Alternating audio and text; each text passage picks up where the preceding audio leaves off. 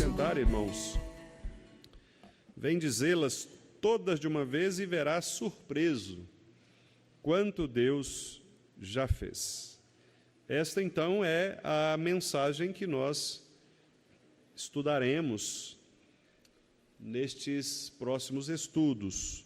Hoje nós vamos, então, introduzir a doutrina da providência de Deus. No próximo estudo, nós daremos continuidade a este assunto de maneira abrangente e depois nós vamos especificar a partir da pergunta número 19, da pergunta número 20, que são perguntas que tratam a respeito da providência de Deus em relação aos anjos e depois da providência de Deus em relação aos homens.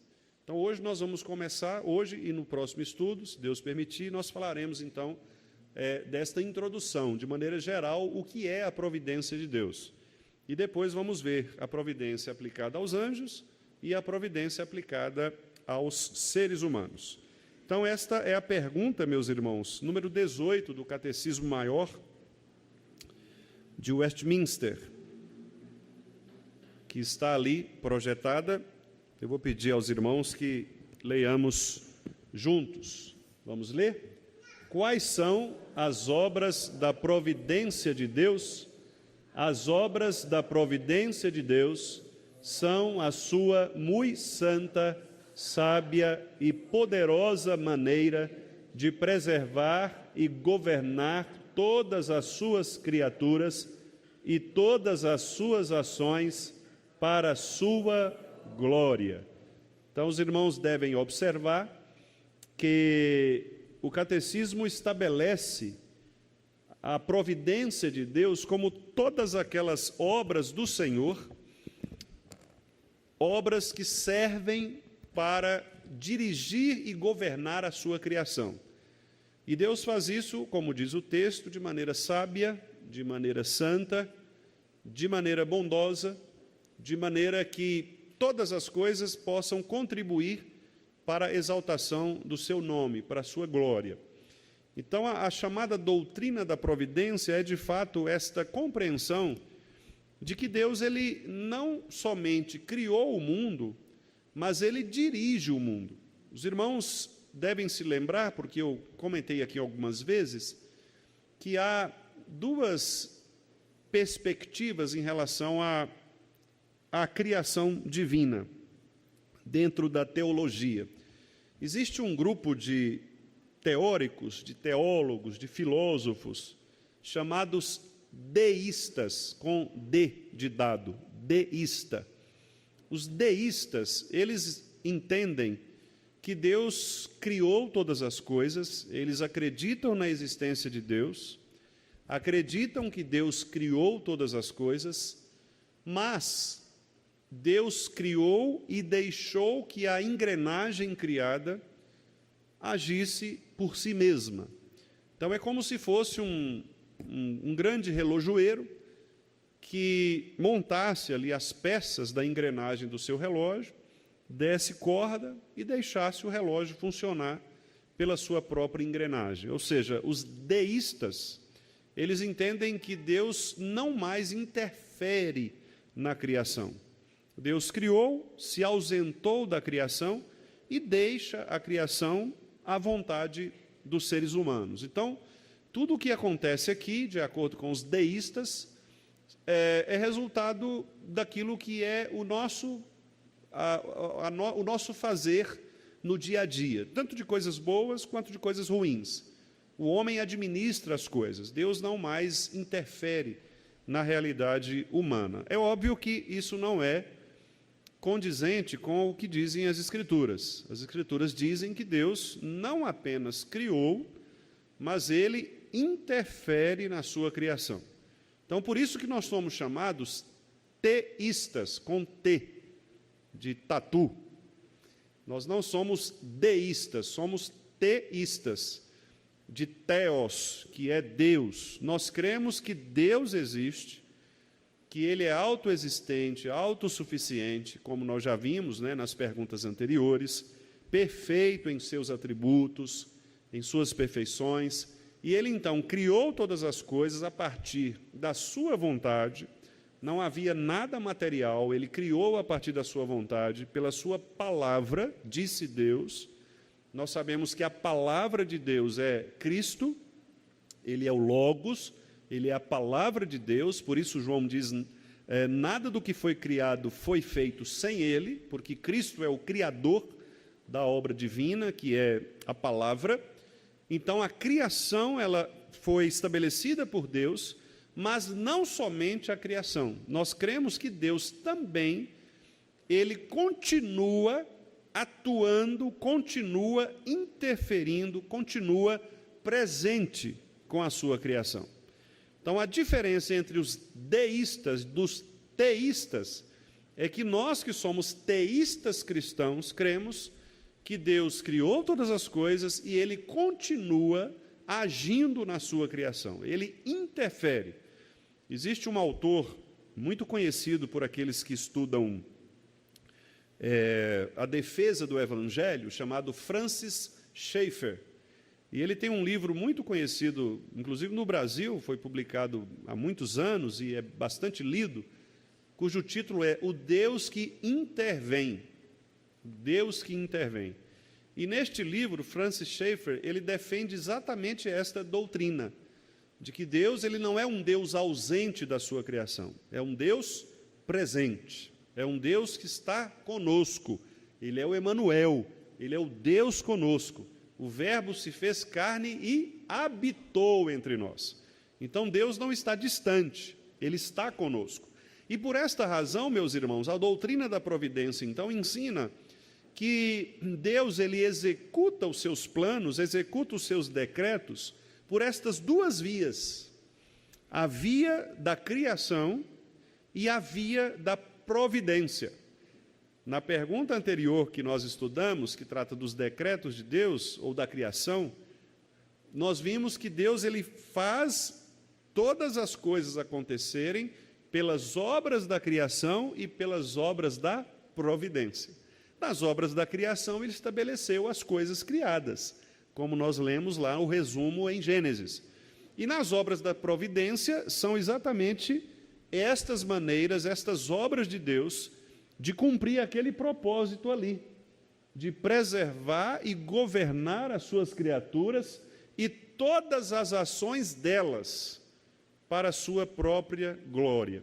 Então Deus é um Deus presente, é um Deus que não se ausentou da criação, é um Deus que não está em silêncio, mas é um Deus que continua intervindo, continua agindo em favor do seu povo, agindo em favor do seu povo.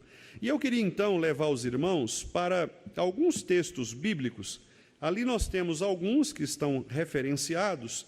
Eu vou citar alguns daqueles que estão ali, mas vou expandir um pouco mais. Nós vamos abrir, por exemplo, está citado ali, o Salmo 104, mas nós vamos ver alguns outros versículos além daquele versículo que está citado ali no Catecismo. Os Salmos 104, 105, 106, se os irmãos lerem com vagar em casa, fazendo aí as suas devocionais, os irmãos verão que estes salmos são resumos riquíssimos da história do povo de Israel. Os salmistas aqui, ele faz um resumo da história do povo de Israel, cantando louvores ao Senhor pelas maravilhas que Deus realizou na história do povo. Então, estes são, nós poderíamos chamar que são salmos da providência. São salmos que exaltam a providência de Deus. Irmãos, veem, por exemplo, que os primeiros versículos do Salmo 104 são versículos de adoração a Deus, de gratidão a Deus, de louvor a Deus. Bendize, ó minha alma, ao Senhor.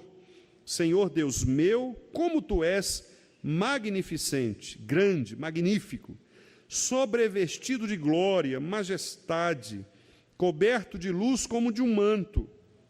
E ele continua então elogiando, o ser de Deus no versículo 5. E ele diz que Deus criou os fundamentos da terra, lembrando então, desde a criação, lançaste os fundamentos da terra, para que ela não vacile em tempo nenhum. Tomaste o abismo por vestuário e o cobriste, criou as águas, versículo 6, parte B, as águas ficaram acima das montanhas, e ele então vai colocando, versículo 8, elevaram-se os montes, aqui é a parte da criação, aquela criação lá do Gênesis. No versículo 14, ele se refere ao homem, aqui, pela primeira vez no texto, mostrando que Deus criou os animais, criou as plantas, para que os homens pudessem usufruir deles, dessa criação. Fazes crescer a relva para os animais, as plantas para o serviço do homem, de sorte que da terra tire o seu pão. Foi exatamente o que aconteceu em Gênesis. Deus disse, olha, aqui está o jardim, você pode se alimentar de tudo que está aqui, tudo isso é para o seu benefício, é para o seu uso e também para o seu serviço, o que nós chamamos de mandato, o mandato cultural. O homem deveria produzir cultura, né? O homem deveria agir sobre a criação. Depois o texto continua dizendo, né, falando sobre a criação, versículo 19, diz que Deus fez a lua para marcar o tempo, o sol também, os grandes astros, né, como está em Gênesis. E no versículo 24, então, aquele grande grito de glória a Deus. Que variedade, Senhor, nas tuas obras! Todas com sabedoria as fizeste. Cheia está a terra das tuas riquezas. Então, o Salmo 104 é um salmo que trata da criação. Mas veja, no 105, ele começa então a falar a respeito agora, não só da criação, mas do modo como Deus ele preserva a criação, usando inclusive o seu povo, usando o povo de Israel, usando os seres humanos. Olha o Salmo 105. Rendei graças ao Senhor. Veja que agora, no primeiro Salmo, no 104, ele diz para si mesmo, bendize, ó minha alma, ao Senhor, porque ele agora está contemplando a criação e dizendo, quão grandes são as tuas obras. No 105, ele chama o povo para render graças ao Senhor, porque este Deus que é criador é o Deus preservador e governador do povo. A criação, portanto, ela existe para que o homem possa se deliciar na criação, dando glórias a Deus e percebendo a mão bondosa de Deus guiando todas as coisas. Olha o 105. Rendei graças ao Senhor. Venham todos, né? Invoquem o nome do Senhor. Façam conhecidos os feitos do Senhor entre os povos. Veja que coisa maravilhosa. A providência, portanto, de Deus em favor do seu povo é um motivador para a evangelização, para o fazer missões. Evangelizar é nada mais, nada menos do que contar às pessoas o que Deus fez por nós, que somos o seu povo, povo do seu pastoreio. Então, quando nós falamos às pessoas as grandes obras de Deus em nosso favor, nós estamos contando as bênçãos. Venham, falem sobre os feitos de Deus entre os povos, cantem louvores, cantem salmos, porque os salmos eram expressões ricas, né, de louvor do povo. O reverendo Josafá, quando esteve aqui, falou um pouco a respeito disso, a importância de nós cantarmos os salmos, né? Os salmos são expressões vívidas da história do povo de Deus e da atitude de Deus, da ação de Deus em favor do seu povo. Portanto, quando nós cantamos os salmos, nós estamos também celebrando, juntamente com os nossos irmãos do passado, estes benefícios dados por Deus ao povo. Narrai todas as suas maravilhas, gloriai-vos, busquem o Senhor, versículo 4, 5, lembrem-se das maravilhas que ele fez. E aí, meus irmãos, ele começa então a contar quais foram estas maravilhas. A partir do versículo 7, versículo 8, ele começa com a aliança. No versículo 5 ele já diz assim, lembrai-vos das maravilhas que fez, dos seus prodígios e dos juízos de seus lábios. Vós, descendentes de Abraão, seu servo, vós, filhos de Jacó, seus escolhidos. Os comentaristas bíblicos e os teólogos que tratam a respeito da doutrina da providência, eles costumam nos levar para aquele episódio quando Abraão ele foi chamado por Deus para sacrificar Isaque. E os irmãos vão se lembrar deste texto. Nós vamos, inclusive, dar um pulinho lá, deixando o Salmo aí guardado. Gênesis capítulo 22, quando existe aquela prova de que Deus chama Abraão para que levasse Isaque para o holocausto. E a pergunta que Isaque faz a seu pai, quando ele não vê nenhum tipo de animal ali para ser sacrificado, é uma pergunta interessantíssima, né? Porque ele diz: meu pai, versículo 7, eis-me aqui, meu filho, eis o fogo e a lenha, pai, mas onde está o cordeiro para o holocausto? Deus proverá para si, meu filho, o cordeiro para o holocausto. Então, os intérpretes vão para este versículo, Gênesis 22, 8, para tomar aqui esta expressão, que é uma das primeiras expressões das Escrituras que apontam para a doutrina da providência. O que Abraão diz aqui é Yavé Jireh, que é Deus proverá, Deus ele vai resolver, Deus vai cuidar deste problema. Então, a ideia da providência é de que Deus, ele vê antecipadamente e ele provê, ou seja, ele levanta o recurso antes mesmo de que nós saibamos. Naturalmente, isso não significa dizer que Deus vai agindo na história de acordo com as nossas escolhas, não é isso. Até porque nós sabemos que todos os nossos dias estão escritos e determinados por Deus. Mas na nossa perspectiva, da nossa perspectiva humana, nós não sabemos o que nos ocorre. Então, nós não temos como dizer o que vai nos acontecer daqui a pouco. Então, da perspectiva humana, a fé que estava no coração de Abraão era de que Deus haveria de solucionar aquela circunstância. E é muito interessante porque quando Hebreus narra esse episódio, Hebreus diz o seguinte, que se fosse preciso Abraão sacrificar Isaque, ele o faria, porque ele cria que Deus era poderoso para ressuscitá-lo no último dia. Isso é muito interessante porque, obviamente, a fé que estava no coração de Abraão, ela não previa uma solução imediata, certo? A lei, e isso vai ficar muito mais claro depois da instituição do povo, mas a lei proibia sacrifícios humanos.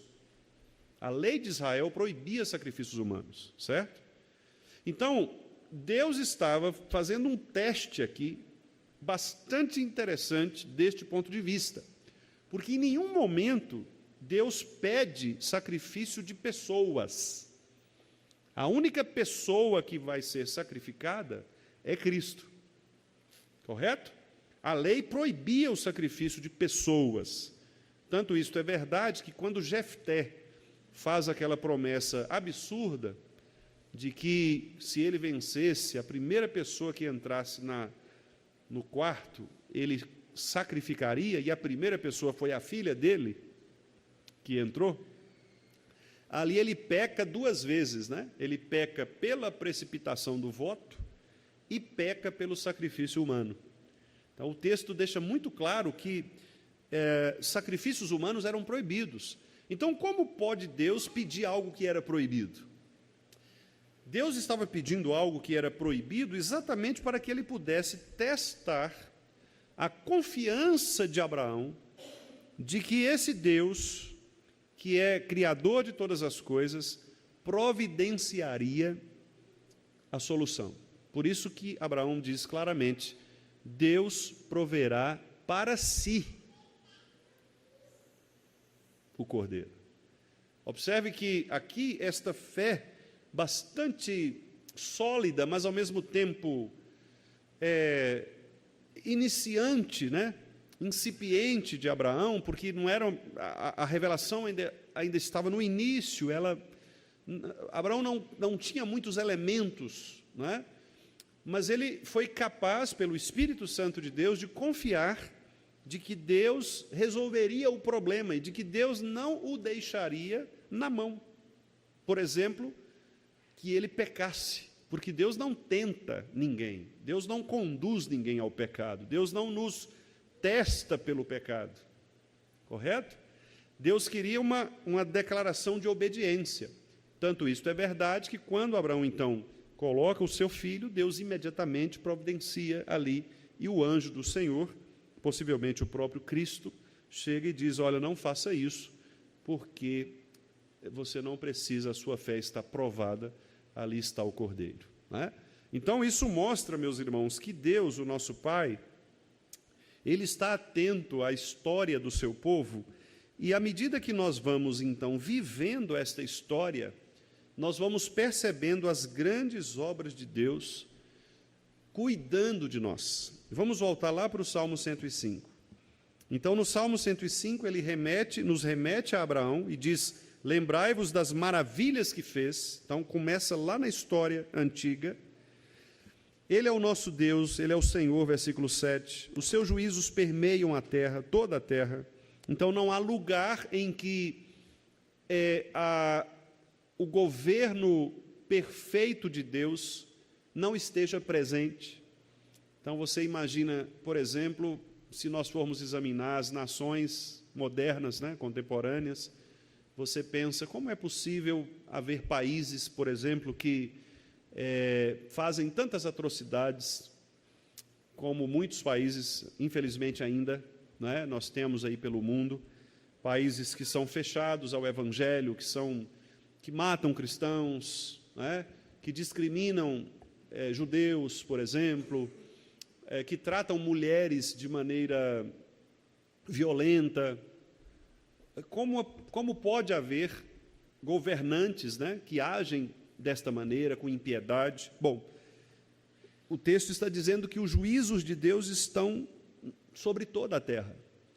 Significa que mesmo essas ações más, e isso nós vamos ver no estudo seguinte, que é o que a teologia chama de concorrência, ou seja, Deus age juntamente com as ações dos homens, né? Nós vamos ver um pouco sobre isso.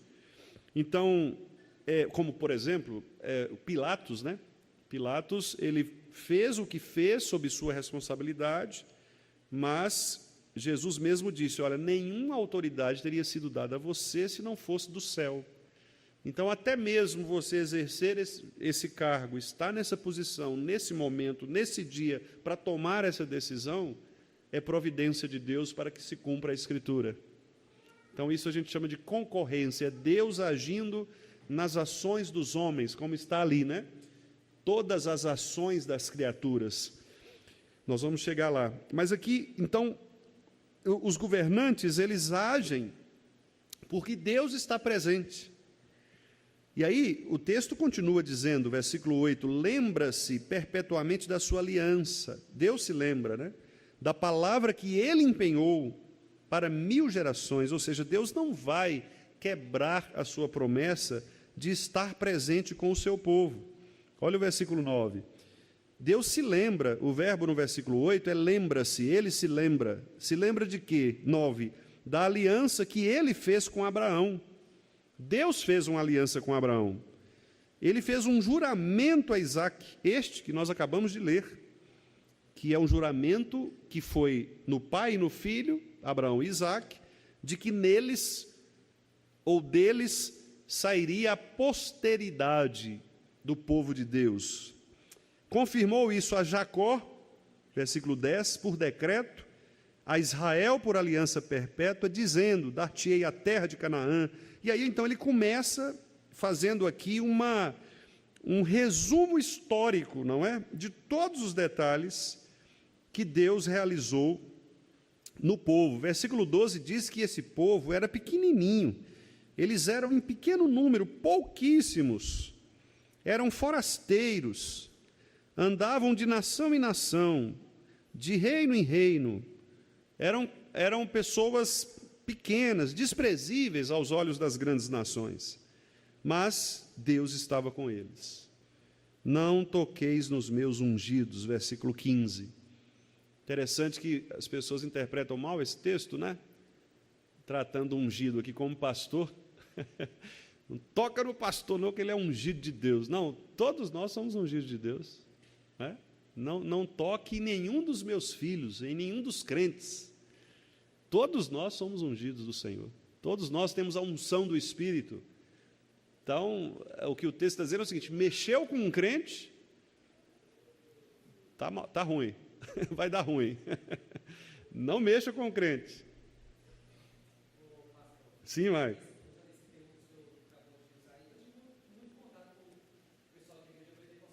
Aham. Aham. E às vezes as pessoas usam esse termo que o senhor vai usar para defender a si mesmo quando elas fazem coisas erradas. Sim. As Sim. Exatamente. Não vem falar mal do pastor, não. O pastor tem a razão, né? É muito comum isso no meio neopentecostal, né? Nesses meios em que a autoridade ela está colocada na pessoa e não no ministério, né? A autoridade, irmãos, do ofício não é da pessoa, é do ministério. Então, não é o Wendel que é poderoso, né? Não, é o cargo que nós ocupamos, é a função, é o ofício que nós ocupamos. E isso é que é revestido da autoridade divina, né? Então, aqui, tocar no ungido é exatamente preservar o povo, os santos, os eleitos de Deus, né? E aí o texto continua, meus irmãos, aqui tratando de muitas situações que eu vou desafiá-los a ler, né, em casa depois. Os irmãos vão ver muitas coisas aqui, né? O fato de Deus cuidar deles, dar a eles o alimento, né? Mudar o coração deles, como está aí no versículo 25. Depois, no versículo 26, ele fala sobre Moisés. Versículo 28, né, fala sobre as pragas, tudo escureceu. Versículo 29, transformou as águas em sangue, produziu rãs, versículo 30, vieram gafanhotos, versículo 34.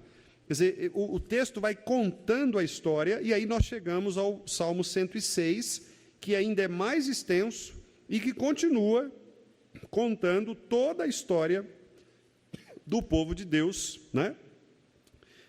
De maneira que nós vamos nos lembrando de detalhes. Olha que interessante, por exemplo, Salmo 106, versículo 8, versículo 7. Não, vamos no 6, né? O 6 fala assim: pecamos como nossos pais, cometemos iniquidade, procedemos mal. Nossos pais no Egito não atentaram às tuas maravilhas, não se lembraram da multidão das tuas misericórdias, foram rebeldes junto ao mar, o mar vermelho. E aí vem o 8, né? Mas ele os salvou por amor do seu nome, para lhes fazer notório o seu poder. Veja a providência de Deus.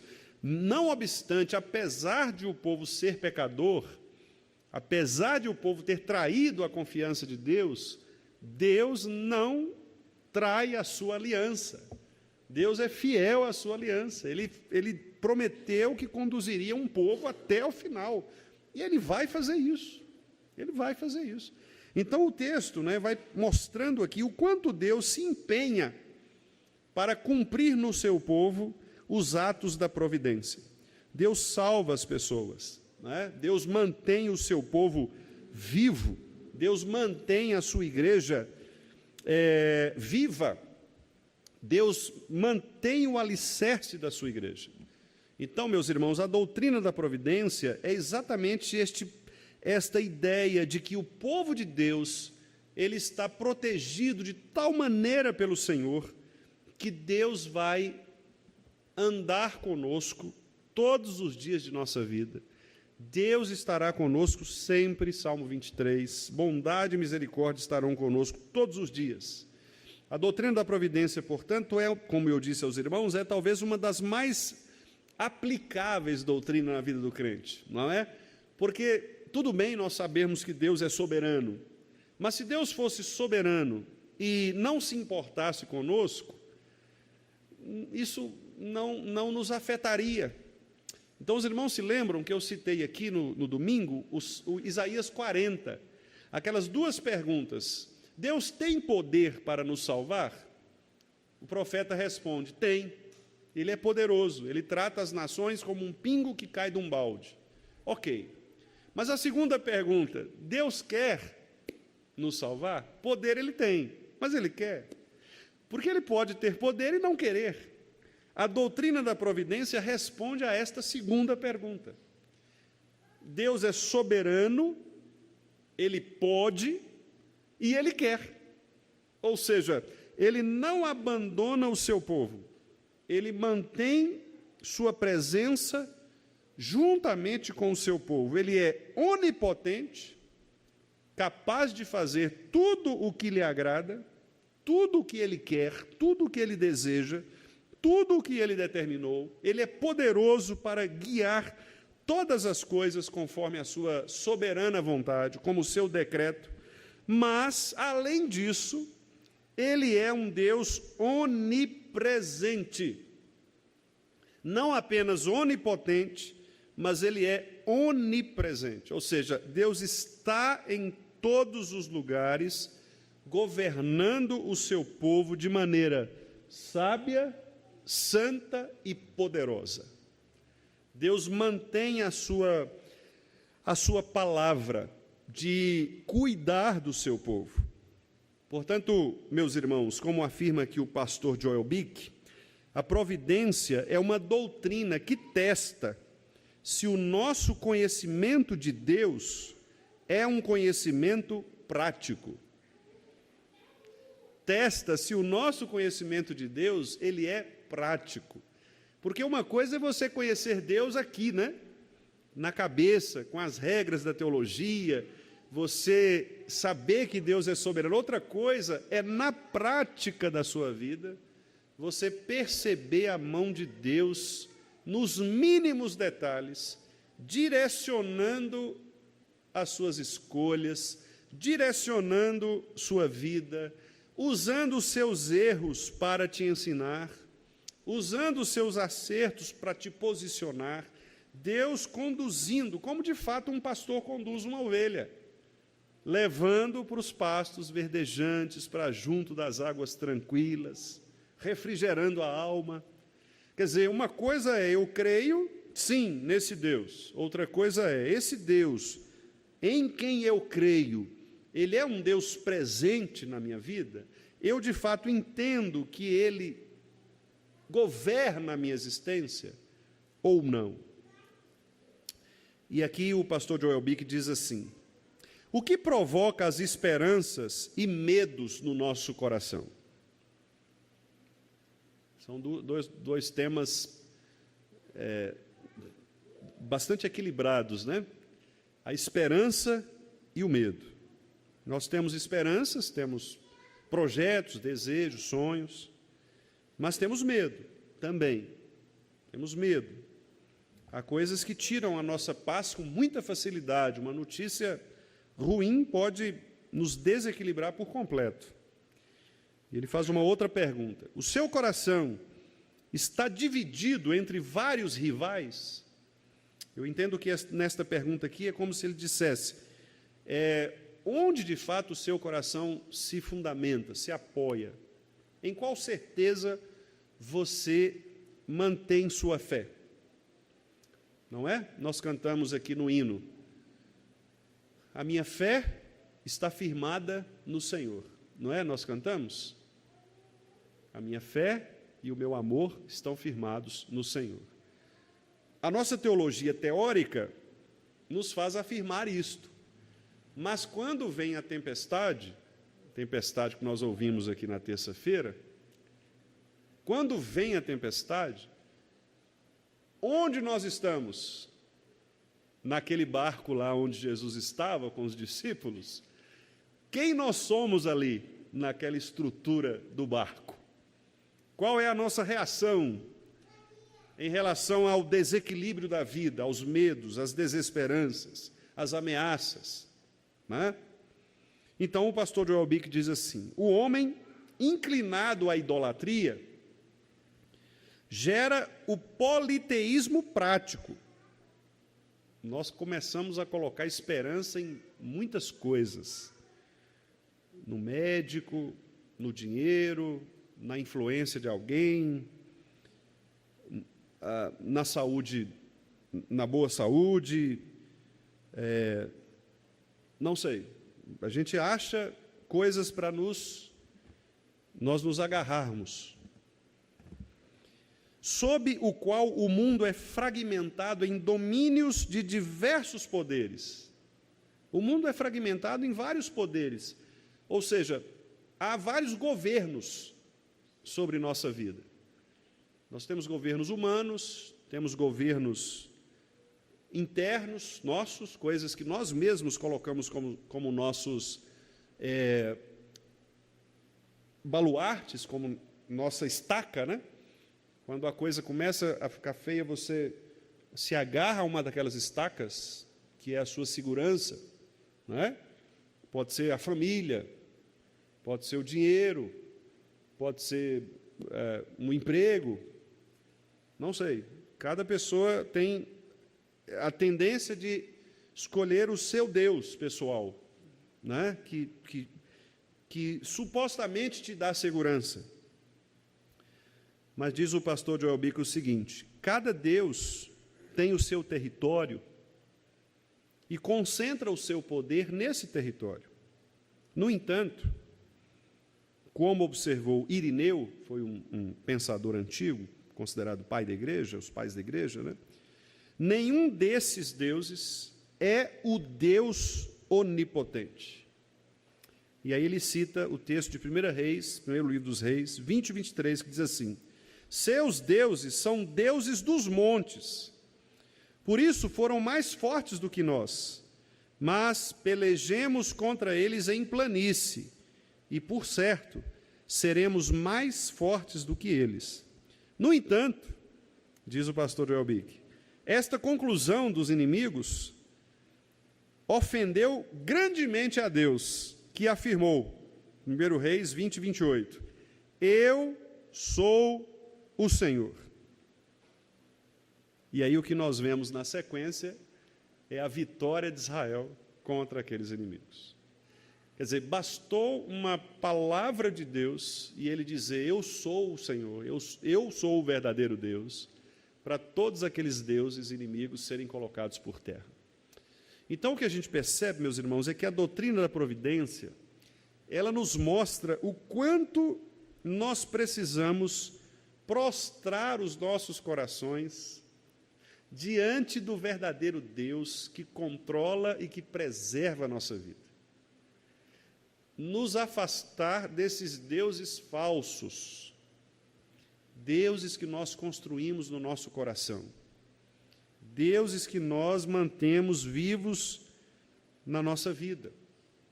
E, meus irmãos, todos nós, inclusive eu, somos suscetíveis a isso. Nós nos apegamos às coisas mais do que ao verdadeiro Deus. Nosso coração, ele tem uma tendência ao terreno mais do que nós pensamos. E por isso que nós gostamos de cultivar essas coisas que são terrenas. A gente acha que se a gente perder o emprego, vai dar tudo errado. A gente acha que se a gente perder a saúde, vai dar tudo errado. Ontem eu ouvi um testemunho, eu vou contar sem mencionar os nomes das pessoas, porque eu não tenho autorização para fazer isso. Então eu vou mencionar a história sem mencionar os nomes. Eu ouvi de um pastor, colega, a seguinte história. A avó dele ficou muito enferma e foi levada para o hospital, né, para ser cuidada e tal. E depois, inclusive, posteriormente, ela veio a falecer. E já naqueles momentos finais, a mãe desse colega pastor o chamou, falou, olha, vem aqui para você conversar com sua avó. Né, pode ser os últimos momentos, podem ser os últimos momentos e tal. E ele foi.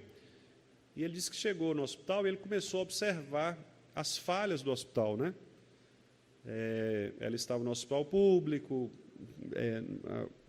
segundo ele, as instalações não eram das melhores, né? Ele começou a observar, e aquilo foi corroendo seu coração, ele foi se irritando, né? Se chateando com aquilo. E aí ele foi visitar a avó, entrou no quarto, sentou do lado e começou a falar com ela, né? Ela estava consciente, conversando, bem normal. E ele falando: ô, vó, mas, poxa vida, a senhora aqui, né, nessa situação, e sujo e tal, e foi colocando uma lista de murmurações, uma lista de problemas. Aí ele disse que ela virou para ele e disse assim: não, meu filho, você está vendo pelo lado errado. Não tem nada disso que você está olhando aí, não. Sabe aquela dona ali, no leito? Ela está pior do que eu. E ontem, Deus foi tão bom que ela me pediu para orar por ela. Você acredita? E eu preguei o evangelho para ela, orei por ela. Está vendo aquela enfermeira ali, ó, que vai entrar aqui? Ela está com um problema assim na família, que ela me confidenciou, e eu conversei com ela, eu aconselhei, orei por ela, preguei Jesus para ela. E aí esse pastor brincou, né? Ele falou: olha, eu nunca tive uma aula de teologia prática, né, em tão pouco tempo, muito mais do que o que ele teve no seminário, né? Porque no seminário ele aprendeu a teoria dos livros. Ali não. Ali ele viu a alma de uma pessoa dizendo: não reclama não, meu filho, Deus sabe de tudo. Se eu estou aqui é porque Ele quer que eu esteja aqui.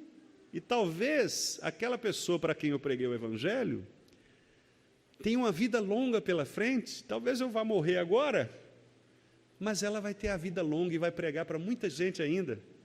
Talvez Deus tenha me usado para salvar a vida dela. Não é interessante isso? Isso é providência.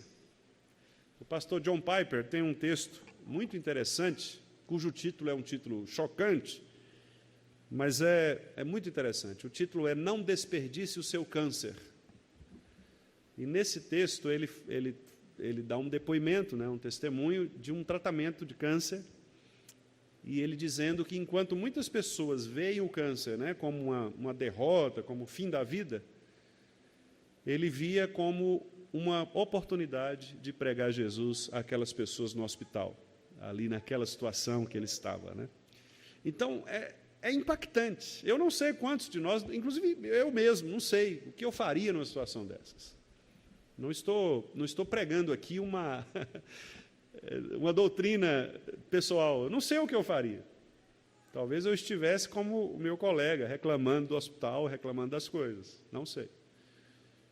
Não sei. É como aquelas pessoas falam: se eu estivesse lá na época de Jesus, eu não teria crucificado. Não sabemos, talvez nós estivéssemos junto com aqueles que também gritassem: crucifica-o, né? Mesmo sendo eleitos, mas quem sabe talvez ainda não tendo os olhos abertos, né? Talvez pecássemos, para depois percebermos como foram os guardas ao pé da cruz, que depois disseram verdadeiramente ele era o Cristo, né? Talvez nós passássemos por isso também. Do mesmo modo como muitas vezes nós também passamos por situações assim. Nós dizemos: eu creio em Deus, Deus é soberano. Mas aí, meus irmãos, quando vem a primeira tempestade, como foi a tempestade lá no mar, né, que nós vimos aqui na terça, a primeira tempestade, o que acontece? Nós vamos morrer, Senhor, Jesus, nós vamos morrer. O Senhor não se importa que a gente está morrendo, né? Cobrando de Jesus, apresentando ali uma murmuração, uma queixa contra Jesus. Nós fazemos isto, né? Nós também nos queixamos de Jesus, quando Ele está pronto para nos prover todas as circunstâncias. Então, meus irmãos, para finalizar, o pastor Joel Bick diz aqui o seguinte, eu vou pedir aos irmãos para nós abrirmos no Salmo 139, que é o texto que ele cita aqui, para que a gente possa finalizar. Texto muito conhecido, né? Belíssimo texto, 139. Ele cita aqui os versículos 9 e 10. Nós podíamos ler juntos, inclusive, né? Vamos ler o 7, do 7 ao 10, que mostra a presença contínua do Senhor conosco. Salmo 139, 7 a 10. Vamos ler juntos? Para onde me ausentarei do teu espírito? Para onde fugirei da tua face? Se subo aos céus, lá estás. Se faço a minha cama no mais profundo abismo, lá estás também.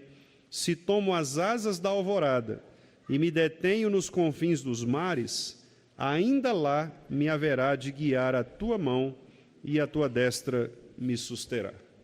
Geralmente nós usamos esse texto, né, eu mesmo muitas vezes já utilizei, como um texto de repreensão. Como quem diz, não há como fugirmos de Deus, Ele vai nos encontrar, né? Se você fez algo errado, Ele vai te pegar na curva. Mas repare que o texto também tem esse outro aspecto de que não, onde você estiver, Deus estará com você. E aí nós podemos nos lembrar da barriga do grande peixe. Jonas orou ao Senhor lá dentro, lá de dentro, né? Não há um lugar mais inusitado para alguém. Quantas pessoas no mundo ficaram dentro da barriga de um peixe? Né? Então, é um lugar inusitado demais para alguém ficar e orar, Deus ouvir. Né? E aí o pastor Joel diz assim: a onipotência ativa de Deus é coextensiva à sua onisciência. Ou seja, o fato de Deus ser poderoso, isso significa que também se estende à sua onisciência e também à sua onipresença, que é o texto que nós acabamos de ver. Para onde eu vou? Se eu subo ao céu, o Senhor está. Se eu desço, o Senhor também está. Então ele conclui assim: em toda parte que Deus esteja presente em seu ser, sabedoria e conhecimento.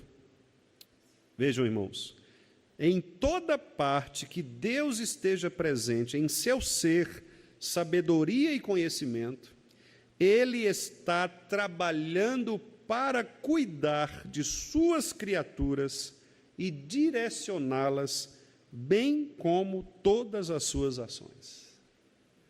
Então, crer que Deus está presente em todos os lugares, crer que Deus ele é onisciente e todo-poderoso, por implicação, significa dizer que onde nós estivermos, Deus estará conosco. Não importa onde, Deus estará conosco. Em cada parte, em todo lugar.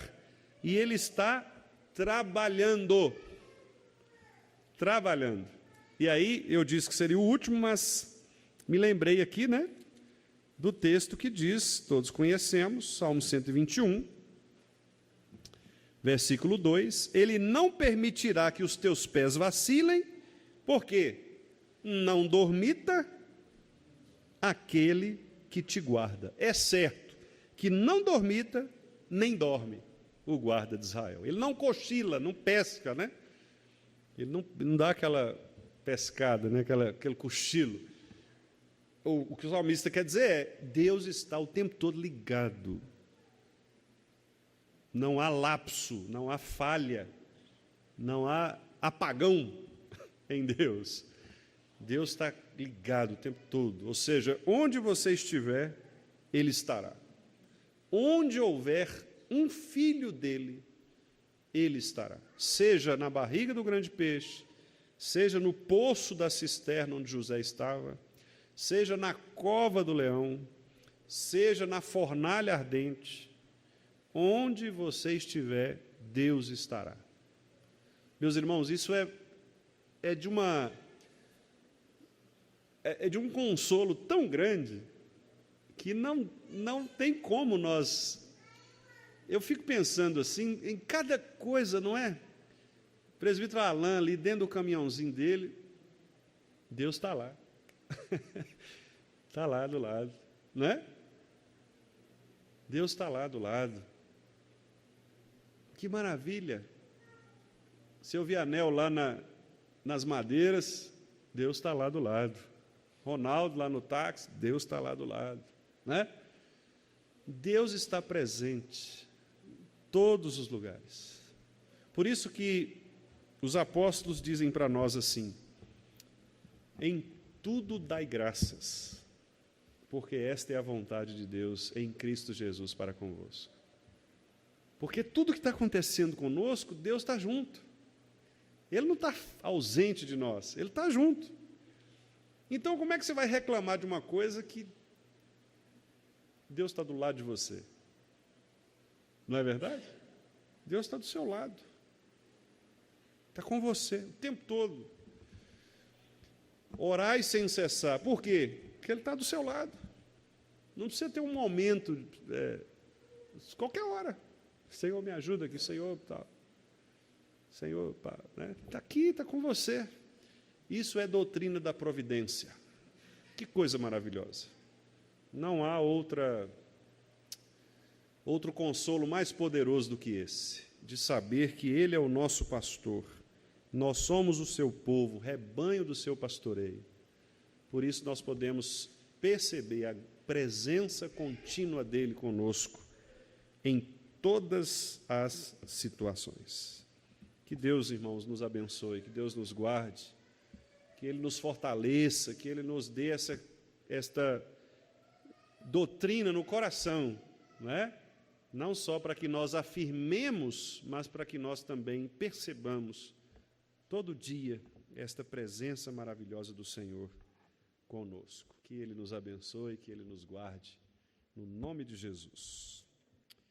Os irmãos têm alguma consideração, pergunta?